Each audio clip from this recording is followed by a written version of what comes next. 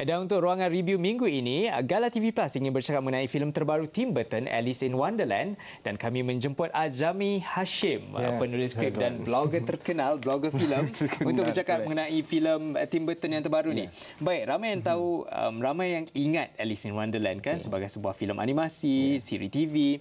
Tapi apa bezanya? Okey, keistimewaan sudah tentulah CG dan 3D semua ni kan. Tapi apa bezanya filem Tim Burton ni dengan animasi tahun 1951? Disney membuat balik tajuk yang sama.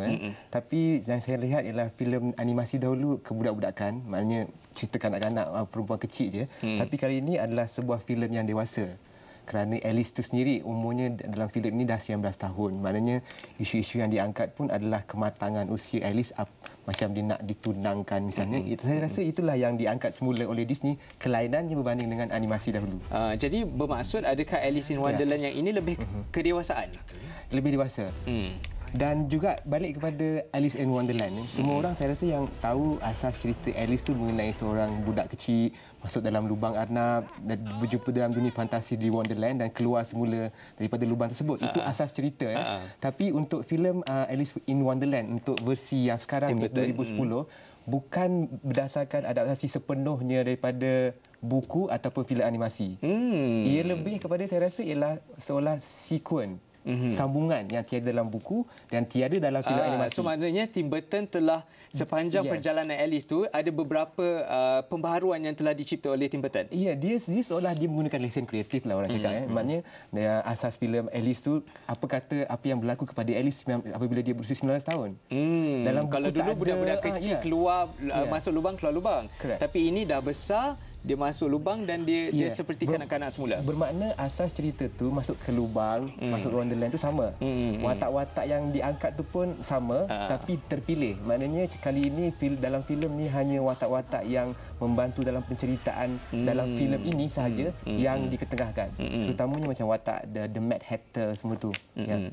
Jadi dalam filem ni fokus Tim Burton sebenarnya macam mana? Adakah fokus itu kepada Alice tu sebagai character driven ataupun Wonderland tu yang diangkat sebagai tema sebenar cerita? Kalau kita bandingkan dengan buku ataupun animasi, dulu cerita dia mudah saja mengenai budak kecil yang berjumpa dengan berbagai-bagai watak raksasa ke apa sahaja dalam Wonderland tu Tapi kali ini dia menjadi sebuah filem yang berasaskan Hollywood biasa.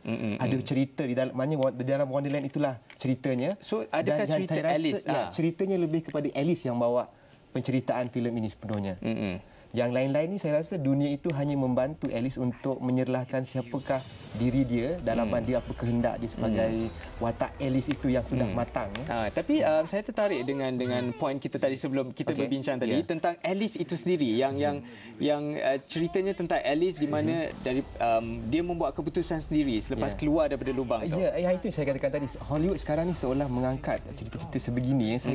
Kalau kita boleh ingat macam Juno misalnya, ataupun watak Rose dalam Titanic watak-watak wanita independen dia awal cerita dia hanya mengikut apa kehendak masyarakat masyarakat nak jadi begini-begini, kahwin dengan orang kaya apa semua. Tapi di kesudahan cerita maknanya watak itu akan berkembang, dia akan tahu apa yang diri dia nak dan itulah di akhirkan cerita tu bahawa watak itu dah sempurna, maknanya dia kembali kepada apa yang Hollywood nak hari ini. Okey, jadi tapi dari segi teknikal kita nak cerita sikit.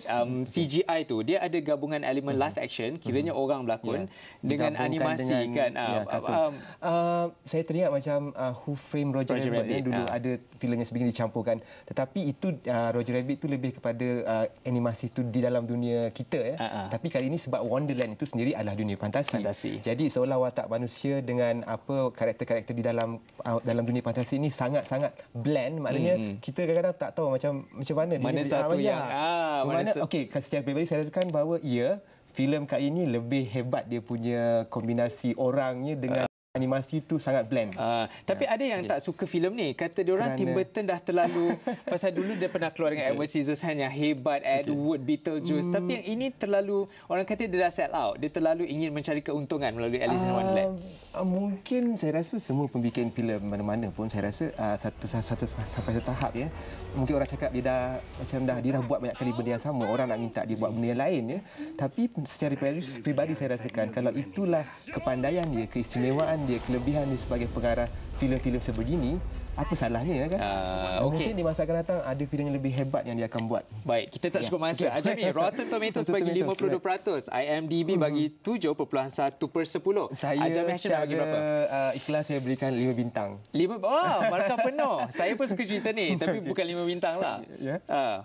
Memang 5 bintang. Dia kena tengok filem ni. Okey, dia kena tengok 3D boleh pakai 3D, cermata. ya. Baik, terima kasih Ajami kerana bersama Gala TV Plus. Lepas ini berita di tangga pertama. Terima kasih.